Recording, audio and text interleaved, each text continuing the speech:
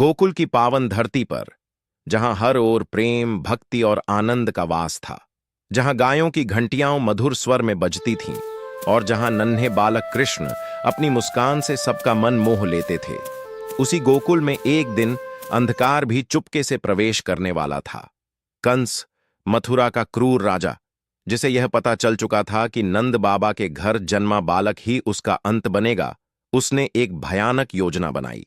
उसने अपनी सबसे खतरनाक राक्षसी को बुलाया, जिसका नाम था पूतना। पूतना कोई साधारण राक्षसी नहीं थी। वह सुंदर स्त्री का रूप धारण कर सकती थी और अपने विषैले दूध से नन्हे बच्चों की जान ले लिया करती थी। कंस के आदेश पर पूतना आकाश मार्ग से उड़ती हुई गोकुल की ओर बढ़ चली।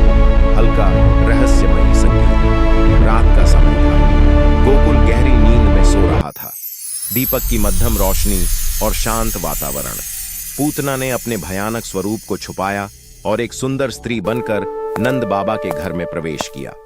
उसी समय माता यशोदा का लाडला नन्हा कृष्ण अपने पालने में शांत भाव से लेटा हुआ था। उसके चेहरे पर दिव्य तेज था, मानो स्वयं भगवान मुस्कुरा रहे हों। पूतना ने बाल कृष्ण को गोद में उठाया। उसके स्तनों में भयानक विष भरा हुआ था, पर कृष्ण निर्भय थे, क्योंकि वे कोई साधारण शिशु नहीं थे। वे स्वयं नारायण थे।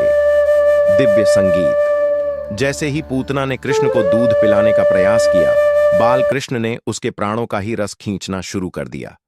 पूतना को असहनीय पीड़ा होने लगी। वह चीख उठी। उसका सुंदर रूप समाप्त होने लगा और उसका असली राक्षसी स्वरूप प्रकट हो गया। पूरा गोकुल थर्रा उठा। ड्रम, पल्स, हल्का नाटकीय संगीत। पूतना का विशाल शरीर धरती पर गिर पड़ा, लेकिन बाल कृष्ण उसके वक्ष से अलग होकर शांत भाव से मुस्कुरा रहे थे। गोकुलवासी दौड़ते हुए आए।